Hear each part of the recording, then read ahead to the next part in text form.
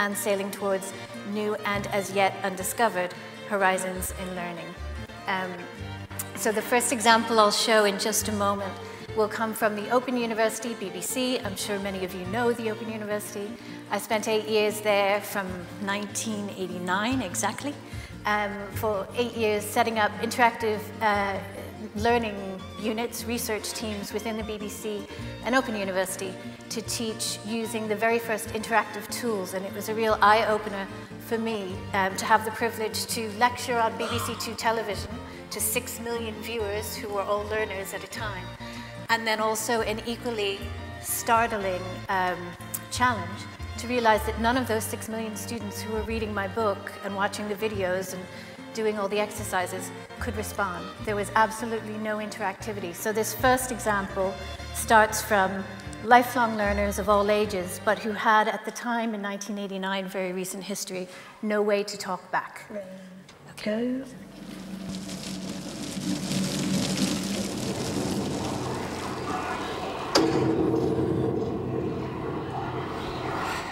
Blow it!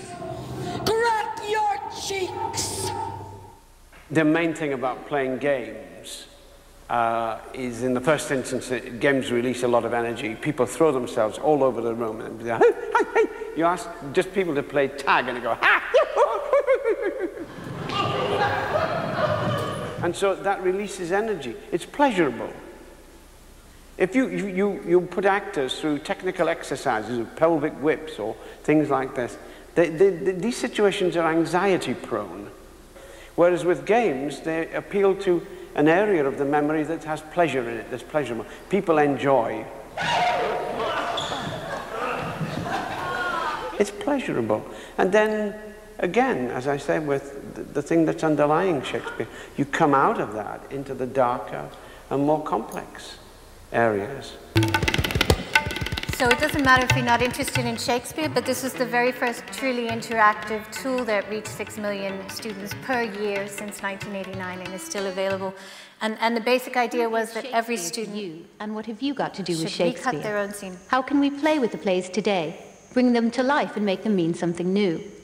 The most exciting way is by engaging with the plays in performance, looking for the meeting points between ideas, actions or images, and words. This approach would now be called multimedia literacy in learning, and it's particularly applicable in disability or special schools, as a few people have mentioned. One thing we did was take those tools we made for the BBC, which you can still get and the British Council gives away, but we then stripped one down and made the most basic, this is ancient technology now, but the most basic version without all the fancy recuttable video, etc., which at the time was really ahead of its time, and made a really simple one that just used still images on the cheapest cameras with the cheapest computers on the oldest 56K modems from the middle of deserts in Morocco and India and Africa all over the world, and allowed people to tell their own stories, which was the beginnings of what David Putnam spoke about yesterday and others about multimedia literacy and how that can become a tool that empowers people to be confident enough to learn any other subject. So it's not only about learning literacy skills, beginning to write essays, this whole debate about whether people write in proper English anymore, but it's about really empowering people to believe that their stories matter, and that's the basis of it.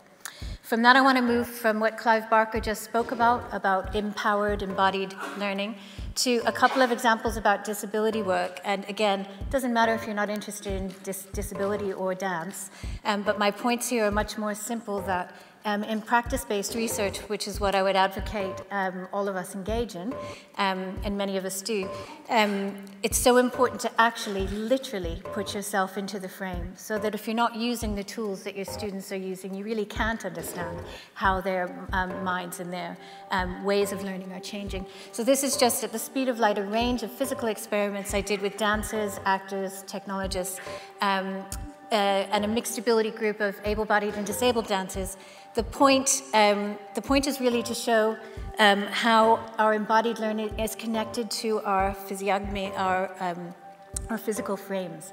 So in all of this, while we used all the results of this work to make avatars that children in hospital could use, and I'll show you that in a moment, really to me it was about empowerment. So that was Bobby Byrne, a well-known dancer from Ireland, and Bobby, though he's 10 years younger than me and a guy and from Ireland and has a very unusual arm, it happens to be the case that under our skin, our bone structure is exactly the same. And to me, and for young learners, this is a really powerful lesson to learn, that people are not what they appear on the outside, and that if we use our technology to see on the inside, we are very much the same. So when we map Bobby's motion capture data and mine onto these very simple avatars, and again, remove all the fancy whizzy bits, but show the simplest possible version, this lesson we use in schools, we use it in hospitals, in rehabilitation centers for learners of every age. And the question is always the same: can you tell which avatar is me and which is Bobby? When the hair and the costumes and the skin are removed, can you tell the difference? And we've been doing this now for 8 years. And there's about a 20% accuracy rate in guessing, which is a really powerful example that leads on to all kinds of other learning, which removes a lot of prejudice. And in fact, it doesn't even matter. It doesn't matter which is which. It matters that it doesn't matter.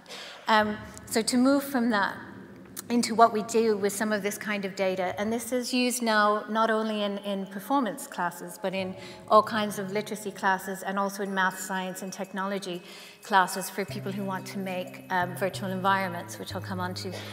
So the next range of experiments was dancing with people in wheelchairs. And again, you might say, what on earth has that got to do with education? But what it has to do is multiple perspective and multitasking.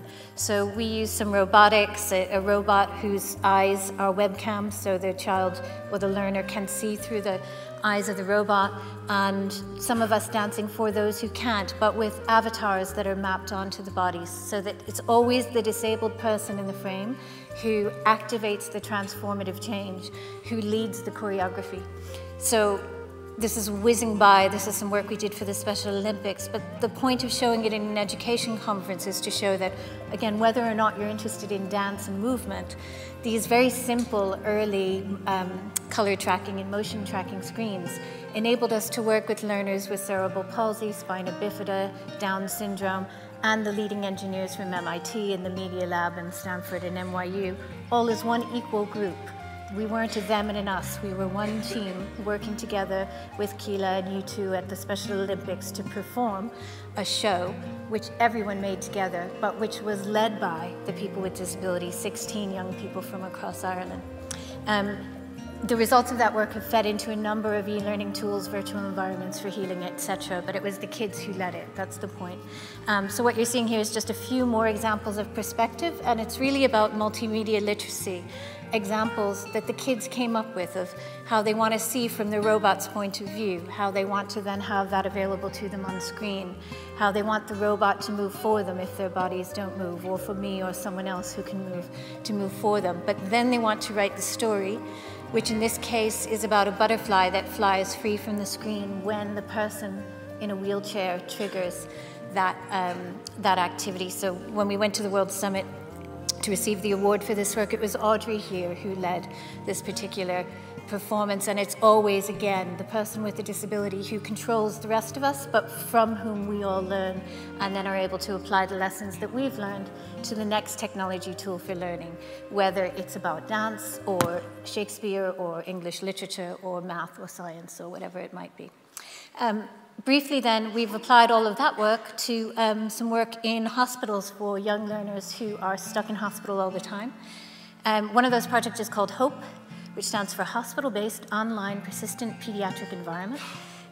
Started in the Montefiore Children's Hospital in New York, but with medical doctors from Harvard, Stanford, and Johns Hopkins, who commissioned us through the Carl Sagan Trust, and Paul Simon, the musician, has a charity called Children's Health Fund, which commissioned us to come in as a group of artist educators to work creatively with the children who are stuck in hospital and who are no longer given books now when they're in hospital, but are given video games, which tend to be competitive and tend to raise their heart rates and not necessarily help with healing. So in the environmental and educational lessons that the kids get in the hospital schools, the issue often for them is how can the kids be empowered to make avatars to engage with their teachers in an online world